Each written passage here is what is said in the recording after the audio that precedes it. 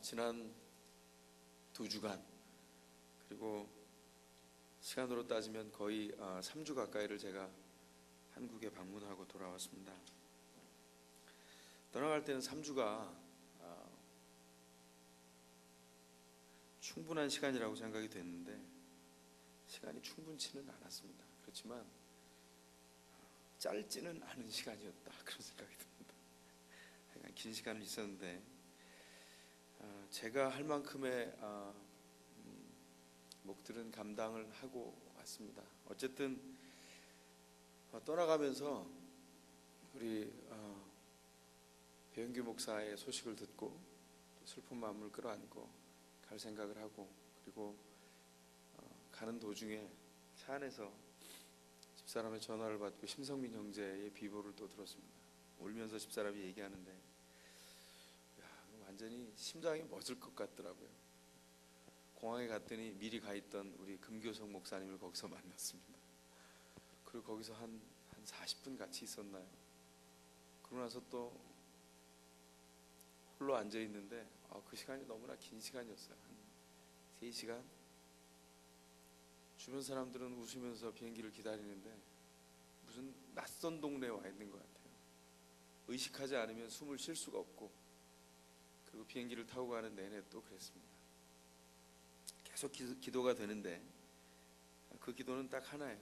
하나님, 주께서 돌보아 주십시오. 주께서 돌보아 주십시오. 마음에 드는 마음속에서 마치 비처럼 이렇게 끓어오르는 생각은 내 백성을 위로하라는 말씀이었습니다. 근데 제가 즉시 반발했습니다. 하나님, 저도 위로가 안 되는데 무슨 말씀으로 위로합니까? 주님께서 위로하도록 제 마음을 주님 앞에 두셨고, 그리고 돌아가서 위로하리라 그렇게 마음을 먹었습니다. 그런데 돌아가서 만나고 보았던 사람들은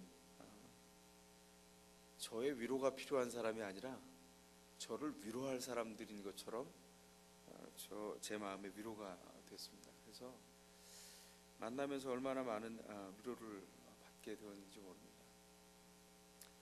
물론 어떤 이들은 얼굴로만 봐도 좋다 뭐 이런 사람들도 있었지만, 연로해 가시는 장로님, 권사님, 또 배영규 목사의 빈자리를 끌어안고 고통당하고 있는 지체들, 여러 사람들을 아주 숨가쁘게 계속해서 만날 수밖에 없었습니다. 감사했던 것은 지난 4년 반 동안 든든히 서 있었던 지체들을 만나고 어려움 가운데서 하나님께서 인도에 가실 것을 분명히 믿게 되었습니다. 그러나 박원종 목사님이 너무 힘들어해서 그게 참 걱정이 되었습니다.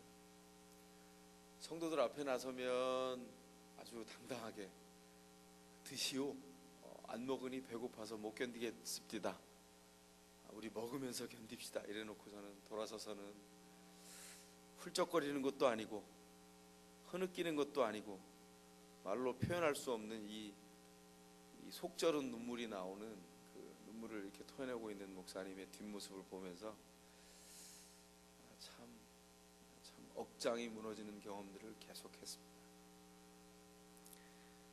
이 얘기는 참 많이 하지 않았으면 좋겠다는 생각이 드는데, 왜냐하면 계속 할 거니까. 이게 한 번 하고 끝날 게 아니라 아직도 여러 명씩이나 남아가지고 하나님께서 그들을 붙들고 기도해야 될 목들을 우리 가운데 주셨기 때문에, 그리고 그 기도하는 동안에 우리가 우리 안에 걸러내야 될 수많은 이야기가 있기 때문에 이걸 한 번 하고 말지는 않았으면 좋겠습니다. 그 고민을 담아오는 동안에도 우리는 뭘 고민하고 있죠? 돌아오면 우리 삶이 고민된단 말이죠. 그죠? 김은의 소설처럼, 김은의 칼의 노래라는 소설에 보면 그런 말 나오잖아요. 이순신 장군이 돌아서면 제일 무서운 게 파도를 타고 오는 적군의 적선이 아니고 돌아서면 끊임없이 밀려오는, 아침을 먹고 돌아서면 밀려오는 점심끼니와 점심을 먹으면 다시 파도처럼 밀려오는 저녁길이었다는 거예요. 이 수많은 끼니들 앞에서 백성들 앞에 뭘 가지고 먹일까 이걸 고민했다는 것입니다. 생존의 문제 앞에 있었다는 거죠. 오늘도 우리는요, 무슨 여러 명이 잡혀있건 뭐 잡혀있지 않건 이런 대단한 문제를 앞에 두고 있는 것처럼 느끼지만 결국은 생존의 문제 앞에 돌아와서 이 생존을 어찌할꼬 이러고 앉아있는 못난이에 불과하다는 것입니다. 그래서 교회에는요, 목사의 직분이 있고 장로의 직분이 있고 권사의 직분이 있고 집사의 직분이 있는데, 이 성도들이 세상에 바로 나가면 무슨 직분이 하나 더 있다? 쪼다의 직분이 있다는 거예요. 다 쪼다들입니다.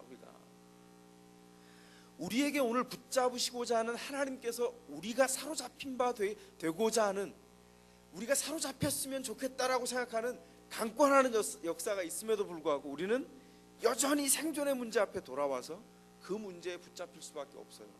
왜 그렇습니까? 그게 우리의 문제를, 우리의 발목을 여전히 붙잡고 있는 문제이기 때문에 그래요. 그 말씀 앞에서 이 말씀을 듣는 것입니다. 저는요, 이 2주간 주일로 따지면 거의 3주 가까이를 있으면서 매일 제가 다른 일이 없으면 지방에서 친구가 요청해서 강권하는 집회와 주일날 제 친구 교회에 가서 주일 설교를 한 것 외에는 샘물교에서 드리는 모든 집회를 계속 참여를 하고자 했습니다. 참여했습니다.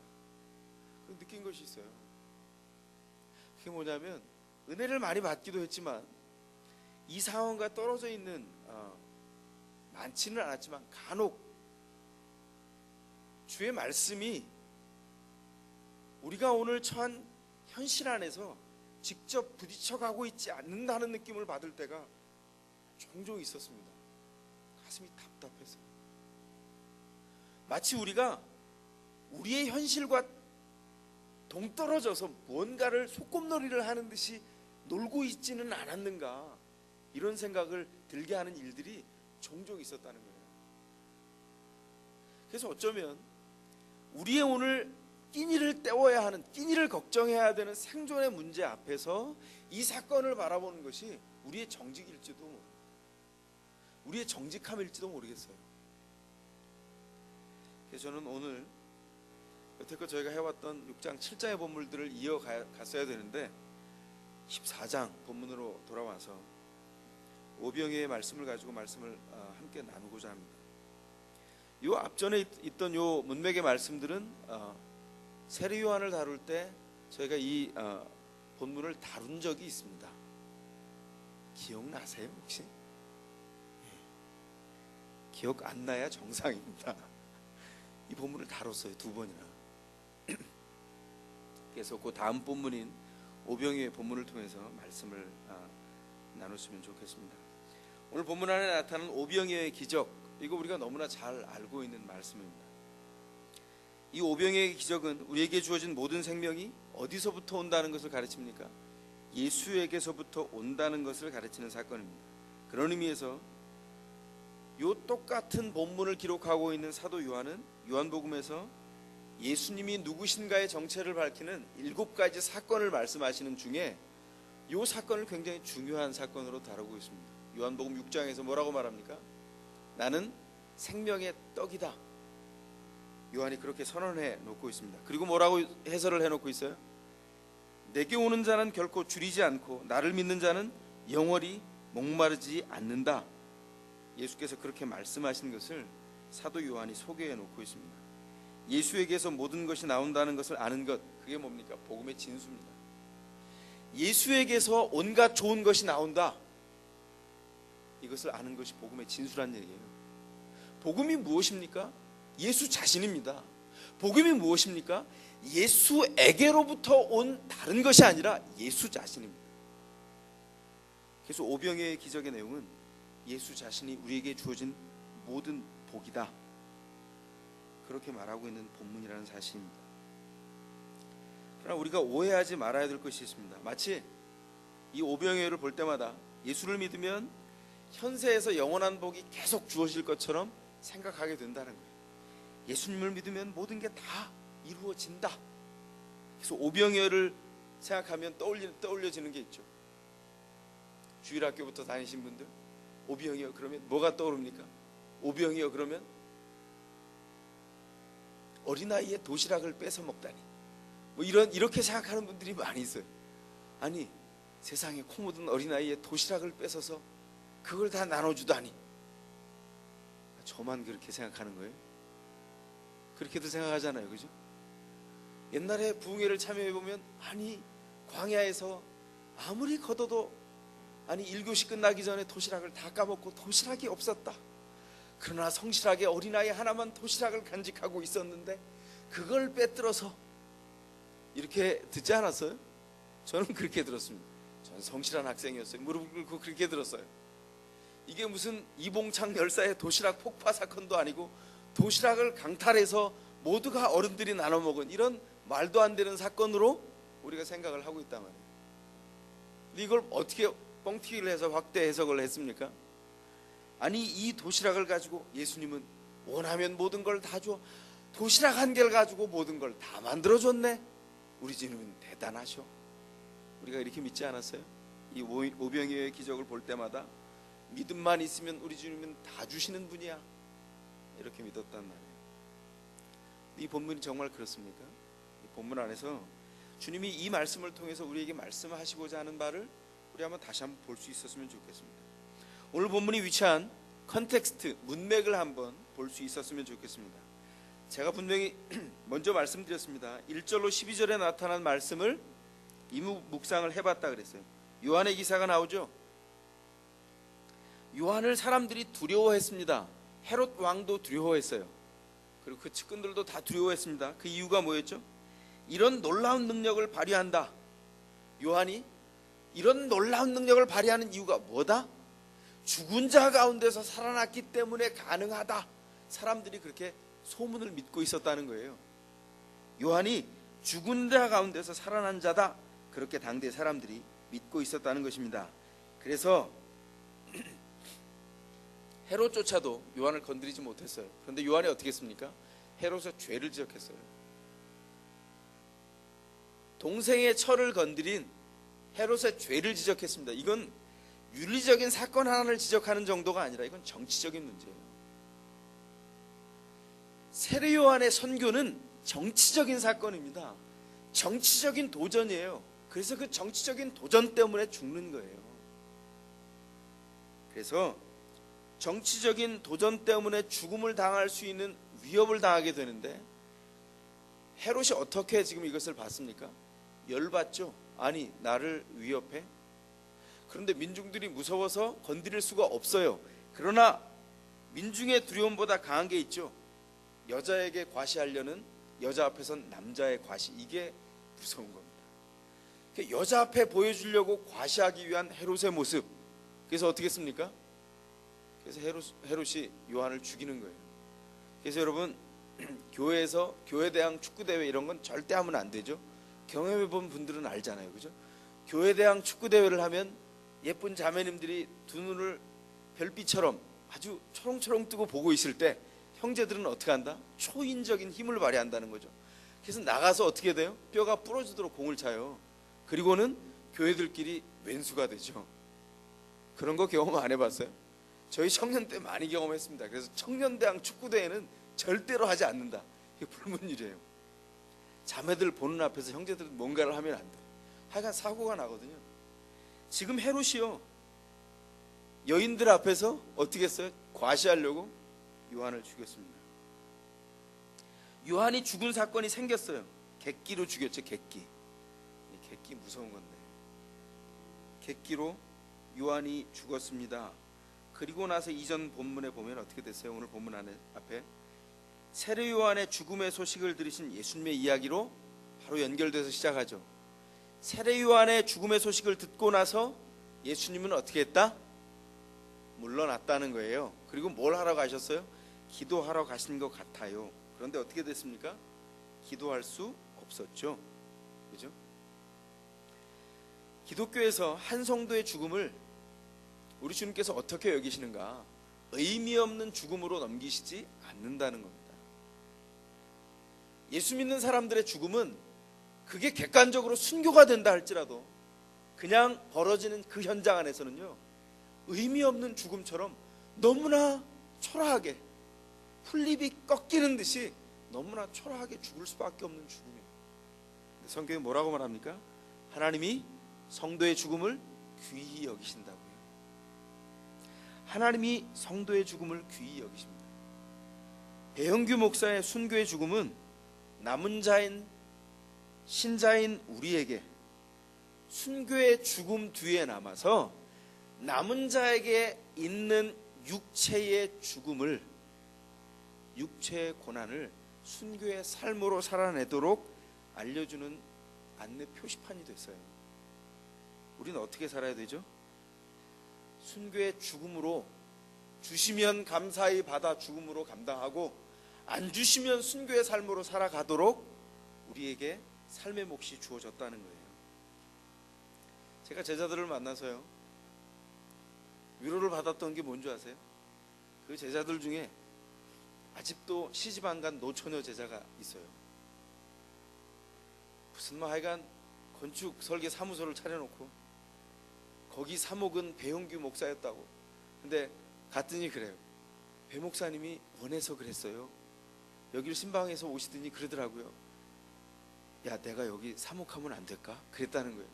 그러면 하세요. 그랬다는 거예요. 근데 이제 배 목사님이 안 계시니 어떻게 해요? 목사님이 사목해 주세요. 야, 내가 어떻게 사목을 하냐? 그랬더니 온라인으로 사목해 주세요. 또 이러는 거예요. 하여간 어떻게든 이렇게 매려고. 그래서 그래, 하여간 뭐든지 하자. 그랬더니 예배를 드리는데 이렇게 얘기해요. 자기가 양육한 또 다른 이제 아이들을 모아놓고 이렇게 얘기했다는 거예요. 이제 배영규 목사님이 이제 더 이상 없다, 그지?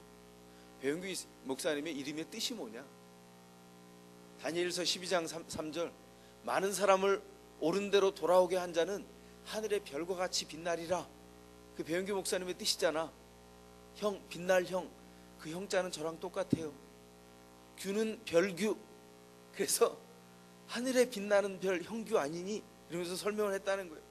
그래서 이제 형규는 더 이상 배영규는 없으니까, 이제 그 배영규는 순교의 죽음으로 하나님 받으셨으니까 이제 남은 우리가 배영규 아니니? 그럼 우리가 어떻게 살아야 되니? 형규로 살아야지.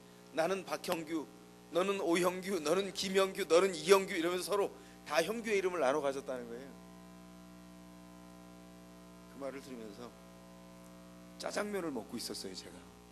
아니, 목사님 뭘 드시겠어요? 이러는데 제가 짜장면이 제일 좋아 이러면서 짜장면을 먹고 있는데, 이놈의 짜장면이 속에서 범벅이 되어가지고 이게 올라가는 건지 내려가는 건지, 이게 눈으로 먹는 건지 코로 먹는 건지.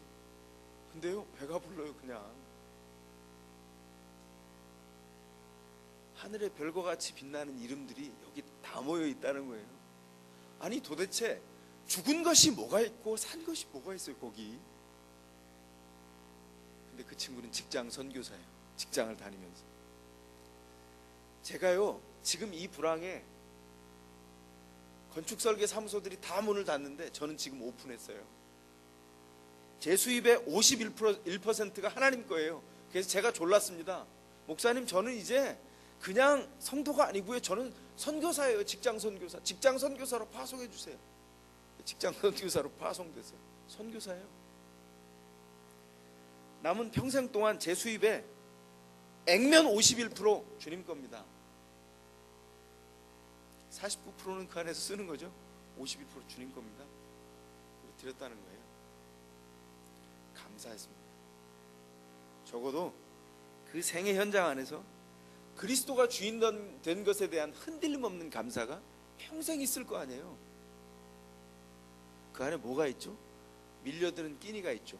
그 점심은 저와 짜장면을 먹었지만 그 저녁엔 뭘 먹을 건지, 1년 후에는 뭘 먹을 건지, 그 다음에는 뭘 먹을 건지 계속 고민해야 될 거 아니에요.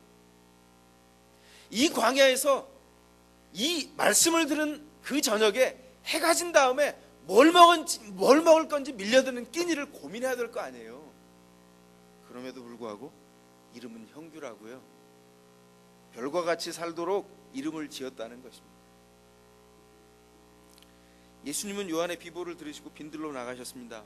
왜 그랬습니까? 사명을 감당하기 위해서. 요한은 죽음으로 감당했지만 나는 삶으로 내게 남아있는 생애를 통해서 이 사명을 감당해야 되겠다 기도하기 위해서 나아갔어요. 그런데 이 사명을 이루지를 못해. 왜 그렇습니까? 백성이 계속 따라오거든요. 꾸역꾸역 따라와요. 그 바람을 이룰 수가 없었어요. 근데 그 백성은 심지어 먹을 음식도 없어. 그래서 어떻게 합니까? 예수님의 계획을 망쳐놨다고요. 그때 방해를 받은 예수님의 반응은 뭘까요? 왕자 정말 크다 이겁니까? 왕짜증 아니죠? 뭐였죠? 14절입니다. 뭐라고 말씀하셨어요? 보시고 민망히 여기셨다 그렇게 말씀합니다.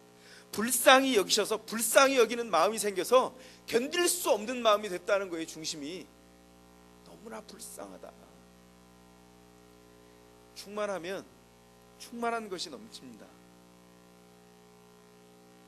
여기 물그릇이 있습니다. 물이 충만하면 물이 넘치고요. 인격에 사랑이 가득하면 사랑이 넘쳐요. 지금 예수님 안에 도전해오는 사람들 앞에서 예수님은 뭐가 지금 넘쳐가고 있죠? 긍휼이 넘쳐가고 있어요. 사랑이 넘쳐가고 있다고요. 그래서 그 사랑의 넘침으로 뭘 했습니까? 백성을 향해서 행동으로 옮기기 시작합니다. 뭘 했어요? 그걸 가지고 나눠주기 시작하는데 병 고치는 사역을 한 거예요. 병 고치는 사역을 하고 하나님의 살아계신 역사들을 나타냈는데 저녁까지 했다고요.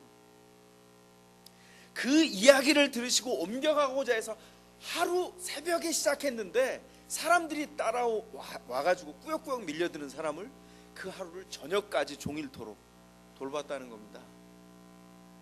그럼 그 저녁에 먹을 것이 없어요. 문제의 15절입니다. 15절 한번 보시겠어요?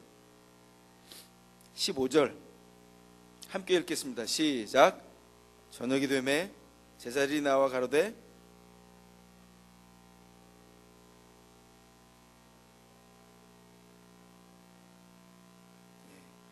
그 간첩은 아니지만 간첩같이 읽지 않는 분들이 있는데 다음번에 또 읽을 거거든요. 꼭 읽어주시기 바랍니다. 제가 안 읽을 사람을 색출하기 위해서 안 읽어봤어요. 제가 이런 요령도 있어요. 15절 뭐라 그랬어요? 저녁이 되매 제자들이 나와서 얘기해요. 여기 광야지 않습니까? 빈들입니다. 이제 해도 뉘엿뉘엿 먹을 게 없어요. 어떡하죠? 마을로 가서 사 먹고 오게 하죠. 이게 제자들의 방법입니다. 제자들이 뭐라고 얘기해요? 광야에 먹을 사람이 5,000명이나 되는데 남자만 해결 방법은 사 먹고 오게 하자. 이게 제자들의 방식이에요. 아주 쉽죠. 뭐라고 말합니까? 16절에 예수님께서 16절 이제 함께 읽습니다. 시작.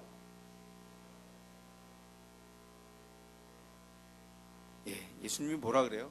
아주 벼락 같은 명령을 내리시죠. 갈 것 없다? 너희들이 먹을 걸 줘. 이렇게 말해요. 뭐가 있어요? 제자들이 아무것도 없는데. 아니 아무것도 없는데 뭘 주라는 겁니까? 제자들이 그렇게 반응하지 않겠어요? 기록은 안 돼 있지만 아마 너무 창피해서 안 돼 있든지 늘 뭐 그렇게 반응해서 안 돼 있든지 베드로는 했을 거예요. 주님 눈을 동그랗게 즉시 뜨고 뭘 주라는 거예요? 이렇게 반응을 했을 거예요. 반응이 12가지였겠죠. 제자들이 12이니까. 그래서 제자들이 반응할 수 있도록 주어진 위임된 명령을 하는데 이게 지금 제자들을 가르치는 주님의 방식이에요. 어떻게 합니까? 너희가 먹을 것을 주어라. 제자들에게 이 사역을 위임했어요. 여기 광야에 모여있는 사람들의 끼니를 해결하는 문제가 단지 이 사람들의 생활고의 문제가 아니라 너희에게 맡겨진 사역이다. 이렇게 사역으로 전환을 시켜버린 거예요. 이게 그 사람들의 문제가 아니라 너희의 문제다. 이렇게 받을 수 있도록 만들어버렸어요. 이러니 이게 문제가 심각해졌습니다. 이게 예수님과 제자들의 공동체의 문제가 아니라 따라온 무리들의 문제가 고스란히 제자들에게 위임된 제자들이 해결해야 될 사역의 몫으로 맡겨졌다는 거예요. 제자들의 고민이 깊을 수밖에 없습니다. 여기서 제자들이 배우는 게 무엇입니까? 제자들이 예수님을 따라가면서 배우게 되는 제자들의 삶의 방식이에요. 신자의 삶의 도리입니다. 과연 예수님을 따라가는 제자는, 신자는 어떻게 살아가는가? 예수님께서 제자들에게 그걸 가르쳐주고자 하는 거예요. 지금 오병이어로 뭘 먹였다 이게 중요한 게 아니라 제자들에게 무엇을 가르치고 있는가가 중요해요. 왜냐하면 그것이 바로 우리가 받을 것이기 때문에 그렇습니다. 예수님께서 뭘 가르치고 있다고요? 제자들의 삶의 방식, 신자들의 삶의 도리 방식, 그것을 가르치고 있다는 것입니다. 그래서 하나님 앞에서 교회의 지도자들에게 위임된 책임이 무엇인가, 그 책임을 어떻게 감당해야 되는가, 그것을 가르쳐 주고 있다는 거예요.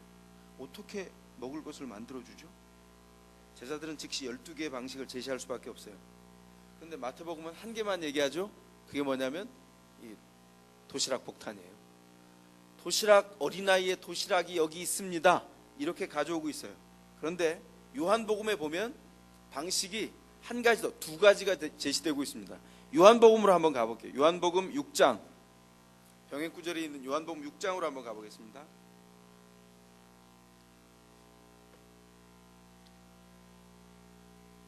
자, 요한복음 6장 7절 이하에 보면 이렇게 되어 있어요. 빌립이 가로되, 7절, 빌립이 대답하되 각 사람으로 조금씩 받게 할지라도 200데나리온의 떡이 부족하리이다 그랬어요.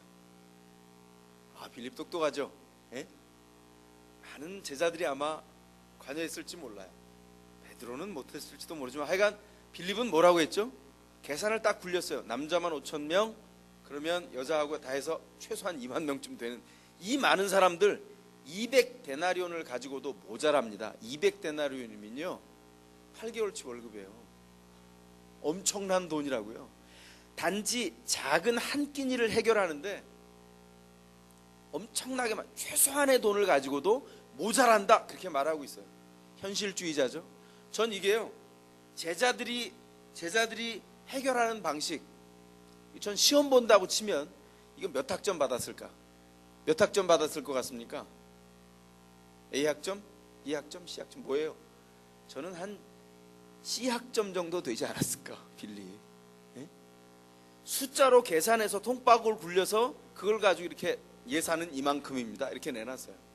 거기는 아무 해결이 되지 않습니다. 현실만 고스란히 드러났죠. 그 다음에 또 8절에 제자 중에 시몬 베드로의 형제 누구죠? 안드레가 뭐라고 말해요? 여기 한 아이가 있으니 보리떡 5개와 물고기 2마리를 가졌습니다. 그러나, 그 다음 말이 재밌어요. 그러나 그것이 이 많은 사람에게 얼마나 되겠습니까? 주님, 여기 도시락 하나가 있습니다. 우리 옛날에 부흥사 목사님들이 말하는 것처럼 여기 어린아이가 드린 도시락이 있습니다. 어린아이의 헌신을 보시고 그 헌신 때문에 이렇게 역사했으니 여러분도 헌신하시오, 이게 아니라 말이에요. 이게 착각이라고요. 사람들이 우리가 헌신하면 주께서 뭔가를 더 큰 것으로 만들어줄 수 있다고 자꾸 착각해요. 이건 그런 문제가 아닙니다. 기도도 같은 맥락에서 이렇게 얘기하죠. 기도했더니 한 개의 기도가 수많은 기도가 되어서 기도의 응답으로 쏟아졌다는 거예요. 그래서 우리가 잘 알고 있는 조지 뮬러, 고아들의 아버지, 브리스톨의 고아들의 아버지, 평생 기도했죠? 기도한 걸 다 기록했어요. 주님, 애들에게 고아원을 주십시오. 설계사가 없습니다. 설계를 공짜로 해주고요. 자재가 없어요. 자재가 왔어요. 고아원을 세워주십시오. 다 세워졌어요. 주님, 빵이 없네요. 빵이 왔어요. 그걸 다 채웠다고요? 평생에 몇 번의 응답이 있었다고요? 조지 뮬러에게 5만 번의 응답이 있었어요. 5만 번. 5만 번의 응답을 기록했다는 거, 이 기록한 수고가 참 대단하죠, 그죠? 이게 대단한 수고입니다. 여러분은 얼마나 응답된 것 같아요? 5만 번이 넘어요. 5만 번이 넘으면 넘었지 5만 번보다 적지 않습니다. 기록된 게 5만 번이라고요. 기록된 게. 그러면 사람들이 착각해요. 5만 번을 기도했으니 이게 이루어졌다, 그렇습니까? 아니요. 기도의 수고 때문에 기도가 이루어진 것이 아니라 하나님이 먼저 이루셨기에 이 일이 이루어진 거예요. 이걸 절대로 놓쳐서는 안 된다고요. 여기 지금 어린아이의 도시락 하나가 있었기에 모든 사람이 먹었다, 그건 틀린 얘기입니다. 어떻게 하다가 얘가 꼽을 쳤는지, 너무나 성실해서 가지고 있었는지 알 수는 없지만 그냥 발견된 도시락 하나예요. 그냥 단지. 지금 여기 반응을 보세요. 뭐라고 돼 있냐. 안드레가 뭐라고 말한다고요? 아니, 주님, 하나가 달랑 있거든요. 근데 이게 이거 누구 코에 붙이겠어요? 이렇게 말하는 거예요. 이걸 뭐라고 말한다? 냉소주의라고 말한다. 지금 안드레가 냉소적으로 주님 앞에 되받아치고 있는 거예요. 주님, 아니 어떻게 하란 말이에요? 예? 여기 도시락 하나 있어요. 도시락 하나. 이 도시락 하나로 누구 코에 붙이겠어요?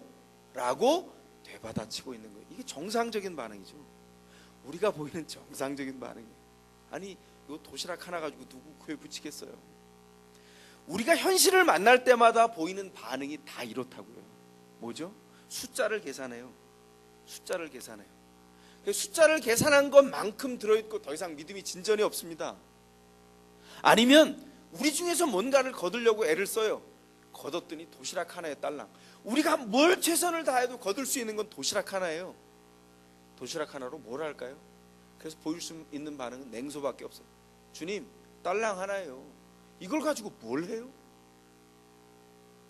주님은 뭐라고 했습니까? 주님이 이 반응에 대해서 우리에게 주신 것이 오늘 본문에 있는 응답입니다. 자, 그래서 문제는 뭐예요? 우리가 아무리 머리가 좋아도 빌립의 C 학점 정도 받고요. 믿음이 좋으면 우리 안드레 학점, 저는 안드레 학점 D 학점이라고 좀 후히 줘서 주고 싶어요. 네? 믿음이 머리 좋은 것보다 더 나빠요. 가만히 한번 생각해 보세요. 쪼다들로 세상에 나갈 때 머리 좋은 게 믿음 좋은 것보다 더 세다니까요. 왜 그렇습니까? 우리가 믿음이라고 하는 진수를 붙잡지 못했기 때문에 그래요. 그래서 머리를 너무나 좋아서 팽글팽글 10,000번, 20,000번 돌리는 사람이 믿음이 좋은 사람보다 세상에서는 셀 수 있지만 하나님이 우리에게 주시고자 하는 믿음의 영역에서는 아무것도 아닌 똑같은 쪼다로밖에 비출 수 없는 너무나 부족한 자리에서 나아갈 수밖에 없다는 거예요. 주님이 여기에다 대고 대답하십니다. 뭐라고 대답하십니까? 그래? 그 도시락 4개 다오. 오병이어를 4개 가져오라. 그렇게 말씀하세요. 그리고 어떻게 하십니까? 백성을 앉히시고 그 다음에 축사하시죠. 쉽게 말하면 식기도 하셨어요. 식기도 중요합니다. 식당에서도 기도하다 보면 기도하고 눈 뜨면 음식이 나와 있죠. 그죠? 식기도 중요해요. 축사하시고 그 다음에 어떻게 했어요? 그 다음에 그걸 제자들에게 나눠주셨어요. 최초의 기적이 일어난 거죠.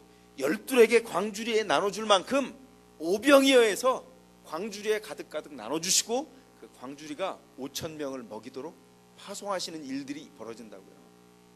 그런데 그 역사에 이르기까지 어떤 일이 벌어졌는가, 이걸 아는 일이 중요합니다. 제가 샘물교회 가서 아주 재미난 일을 봤어요. 샘물교회 사무실이 자리하고 있는 샘물교회 1층은 아주 정신이 없습니다. 무슨 방송국 나와 있는 것 같아요. 하여간 밖은 하여간 MBC, KBS 하여간 오후만 보지도 못한 방송국 차들까지 다 와 있고요. 안에 들어가면 1층 로비가 큰 화면이 있고 기자들이 앉아 있고 그 지하에는 브리핑 룸이 있고요. 그리고 돌아서면 자기들이 막 바로 이렇게 비춰요, 조명을. 그리고 어쩌고저쩌고 얘기하는데 사무실에 있으면 밖에서 뭐라고 어디 뉴스 누구입니다 이렇게 말하면 화면에 금방 나와요. 참 아주 기이한 경험을 했습니다. 근데 기자들만 있는가? 그렇지 않아요. 오만 사람들이 방문합니다. 편지를 주는 사람도 있고 하여간 무슨 책을 주는 사람도 있고 별 사람이 다 있는데요. 좋은 분들도 많이 오셔서 격려해 주시면 엉뚱한 분들도 많아요. 하나님이 보내셨다 그러고 오기도 하고, 그리고 편지에는 알라신이 어떠고 이러기도 하고 하여간 엉망인데, 그러니까 하도 그러다 보니까 손이 딸려요. 그걸 다 검열을 해야 되니까. 제가 사무실에 앉아 있다가 목사님, 이건 목사님 좀 검열해 주세요. 편지 봉투 하나 이렇게 막 나누다가 저한테 하나가 툭 넘어왔어요. 그걸 펼쳐봤더니 이렇게 성경 구절이 쭉 써 있는데 뒤에 보니까 돈이 들어있어요. 이건요, 이 돈이 들어있다? 근데 돈이 들어있는 이 내용이 아주 재밌어요. 수표 5장하고 10,000원짜리 2장이 들어있어요. 52만 원이잖아요. 그래서 이게 52만 원, 이게 뭘까? 스토커인가? 처음엔 그렇게 생각했어요. 왜냐하면 박원종 목사님이 52년생이거든요. 그래서 혹시나 예민하니까 이제 별 생각을 다 해보는 거예요. 그러다가 다시 편지를 읽어봤더니 그 중간에 이렇게 돼 있어요. 힘을 내시기 바랍니다. 이 작은 헌금이 오병이어의 기적을 이루기를 바랍니다. 그게 아하, 그러니까 수표는 떡 5개, 10,000원짜리 2개는 물고기 2마리 이거였구나.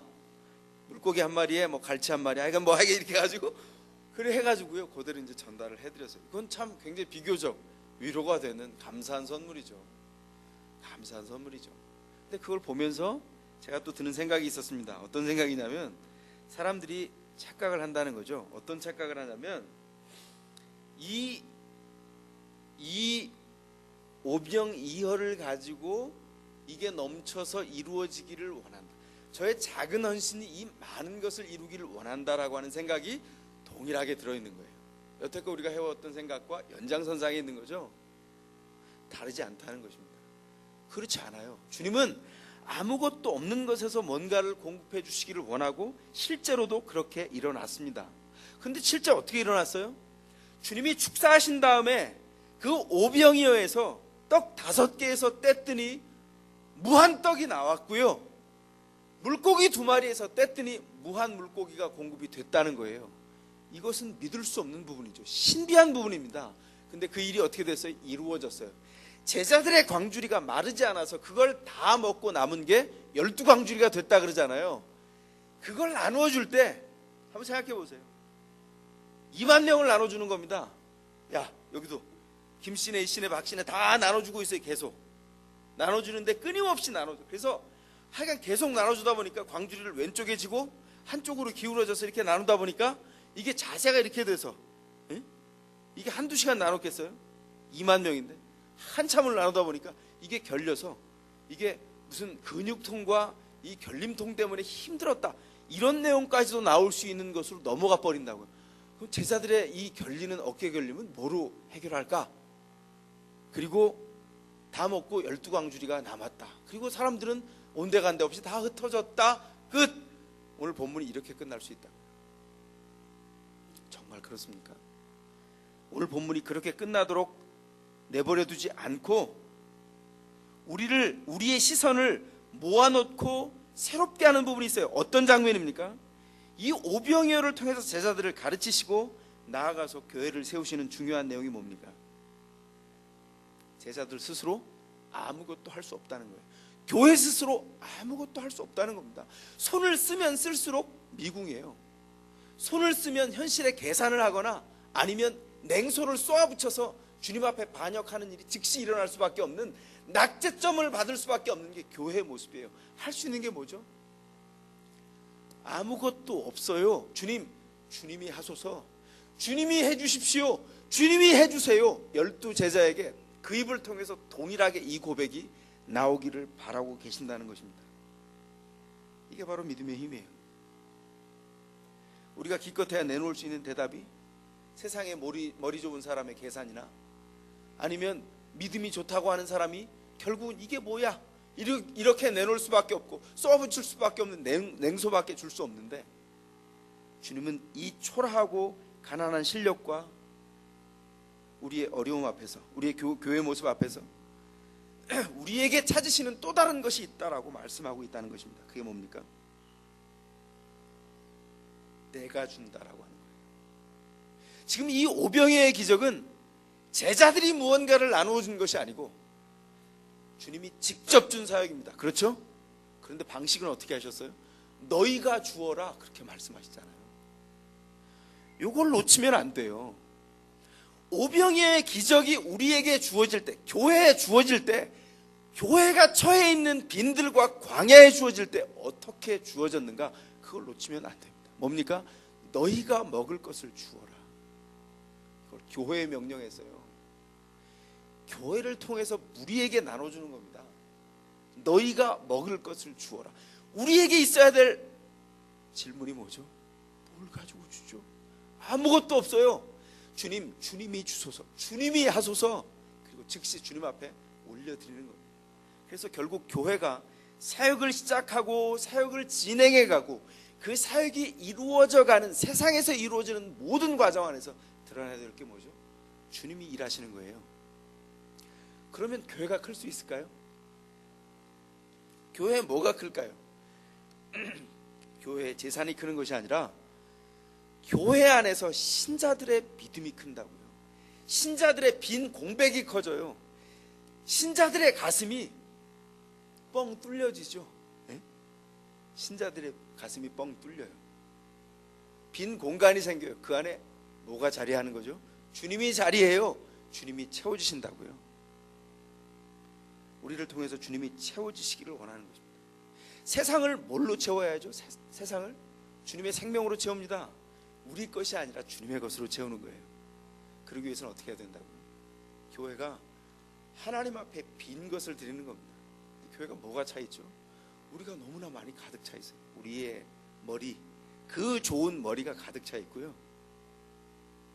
우리의 그 좋은 실력들이 가득 차 있어요. 그래봐야 딸랑 도시락 하나인데, 우리가 줄 수 있는 게 딸랑 도시락 하나인데, 이번 일을 통해서 한국교회의 수치가 무엇인지를 보게 됐어요. 샘물교회가 받을 일은 분명히 아닙니다.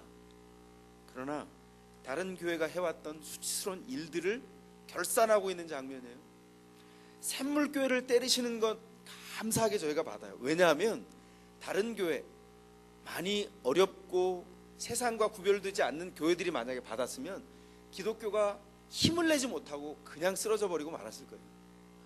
아무리 해도 나올 게 없어요. 그럼에도 불구하고 계속 세상은 때릴 겁니다. 맞아야죠. 때리면 어쩌면 넘어질지도 몰라요. 넘어지면 대수입니까? 다시 일어나면 되죠. 우리 안에 있는 게 겨우 도시락 달랑 하나인데요, 이 도시락 달랑 하나, 이게 뭐가 아까워요? 굶으면 되지. 아니, 이거 안 먹고 굶으면 되잖아요. 주님이 주실 건데, 안 주시면 하늘 만나로 채우실 건데. 그래서 요한복음에서 사도 요한이 뭐라고 말합니까? 도시락 하나 때문에 5,000명이 먹었다고 말하지 않고, 내가 하늘로부터 내리는 산떡이니 내가 바로 구약 백성들에게 내렸던 만나다, 그걸 소개하고 있잖아요. 예? 그러니까 우리가 이 땅에서 교회로 자랑할 수 있는 게 뭐였다고요? 여태껏 딸랑 도시락 하나예요. 뭘 자랑했어요? 평생 동안 교회가 계속해서 뭘 메시지로 전했습니까? 예수를 믿으면 복받고 축복 때문에 잘 산다, 이렇게 말했잖아요. 예수를 믿으면 복을 받습니까? 그러면 배영규 목사는 어떻게 된 겁니까? 심성민 형제는 어떤 겁니까? 예수를 믿으면 이 땅의 현세적인 복이 고스란히 주어집니까? 아니요. 예수를 믿으면 고난도 배나 받는다. 이게 히브리서의 생각이에요. 믿는 자의 아멘입니다. 그래서 고난이 와도 아멘으로 받아요. 예방주사 놓을 때 팍팍 맞으세요. 아멘으로. 어쩌면 좋은 날들이 쉽게 끝날지도 몰라요. 아니, 주께서 복락을 누리게 하셔서 더 길게 갈지도 모릅니다. 그러나 우리 마음은 어느 상황에 처해 있어도 주의 것으로 이 10년과 인생 가운데 채우겠습니다. 아니, 순례자로 불렀는데, 아니 도시락 하나 딸랑 남은 거 이거 뭐 까먹어도 그만, 안 까먹어도 그만, 주님 걷어가셔도 그만, 주셔도 그만 아니겠어요? 더 풍성한 것으로 하늘로부터 꽝꽝 만땅으로 채워주시는데, 주님 앞에서 우리 인생의 목적을 다시 한번 볼 수 있기를 바랍니다. 평생 동안 하는 일이 그거 아니에요?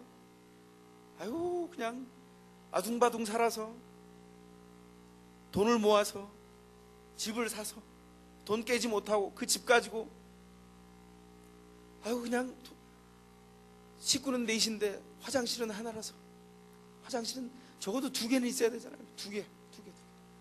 아, 2개가 뭐 애들이 컸는데 3개는 있어야지. 화장실 3개. 아니, 화장실 3개 가지고는 안 되지. 손님이 오면 한 4개 근사하게 서로 이렇게 부딪히지 않으려면 4개 정도는 있어야지. 화장실 4개를 만들었더니 70이 됐어. 이게 우리의 모습이라고요. 화장실 4개 만들려고 인생을 사는 거예요. 비참해서 어떻게 하면 좋아요, 이게. 주님 앞에 갔는데 너 뭐 했니? 화장실 4개 팠는데요. 얼마나 편하게 팠는지 몰라요. 그러다 울 거예요, 우리가. 평생 한 일이라고는 딸랑 도시락 하나 가지고 자랑한 것밖에 없어요. 내놓을 게 뭐니? 도시락 하나인데요. 이봉창 열사는 도시락 폭탄이라도 던졌지 우린 뭐예요 도대체? 이걸 먹든지. 줄 것도 없어. 이건 하나야. 뭘 하라는 겁니까? 우리가 아무것도 없다는 것을 발견하라는 거예요. 그래서 교회는 어떻게 일합니까? 남은 게 없습니다. 도시락 하나예요. 주님이 와서 일하소서. 주님이 와서 일해주세요. 이걸 발견하는 것입니다. 저는요 이번에 들어가서 죄송한 얘기지만 우리 강사들 유명한 분들 많이 오셔서 말씀 전하는데 참 은혜 많이 받았지만 더 많이 받은 은혜 받은 말씀은 우리 후배 교육자가 전한 말씀이었어요. 얼마나 위로가 되든지 이렇게 얘기하더라고요. 배용규 목사님의 살과 뼈를 관통하고 지나간 그 총알은 우리의 영혼을 관통했다는 것입니다. 제가 그 말씀에 제 영혼에 박혀버렸어요. 이렇게 관통했습니다. 그래서 이전같이 살 수 없어요. 더 이상. 저 집사람이 저랑 통화하는데 그래요. 여보, 우리가 이제 이전처럼 살 수 없잖아요. 이 말이 그러면 우리가 이전에 잘못 살았다는 겁니까? 그건 아니죠. 우리의 너무나 아까운 형제를 주님이 먼저 불러가셨어요. 어떻게 해야 되죠? 두 몫을 살아야죠. 우리 아이들이 얘기한 것처럼 배영규 목사의 딸 지혜, 우리 집 셋째예요. 이 삼촌이, 이 큰아버지가 책임져야죠. 평생을 어디서 어떻게 살든. 하나님께서 우리에게 허락한 삶의 영역 안에서 어떻게 살아야 될까를 고민해야 됩니다. 때가 됐어요. 뭘 가지고 살까요? 오늘도 밀려오는 끼니가 고민입니까? 고민하세요. 고민이 돼야 합니다. 그러나 그 고민이 진지하게 내려갈 때 우리에게 아무리 긁어내도, 우리에 있는 통장을 아무리 계산해도, 우리가 벌어서 미래의 10년, 20년을 계산해도 남아있는 것이 도시락 달랑 한 개밖에 없다는 것을 꼭 기억하시고 주님께서 일하시도록 맡겨드리는 생각이 됐으면 좋겠어요. 하나님 앞에 삶의 목표를 다시 정하세요. 정신 차리시고. 뭐가 우리의 삶의 목표입니까? 뭘 가지고 우리의 삶의 목표를 삼는다 말입니다. 주님이 우리 가운데 일하신다. 이것이 우리에게 있는 유일한 대책입니다. 주님이 우리를 통해서 일하시는 유일한 대책이에요.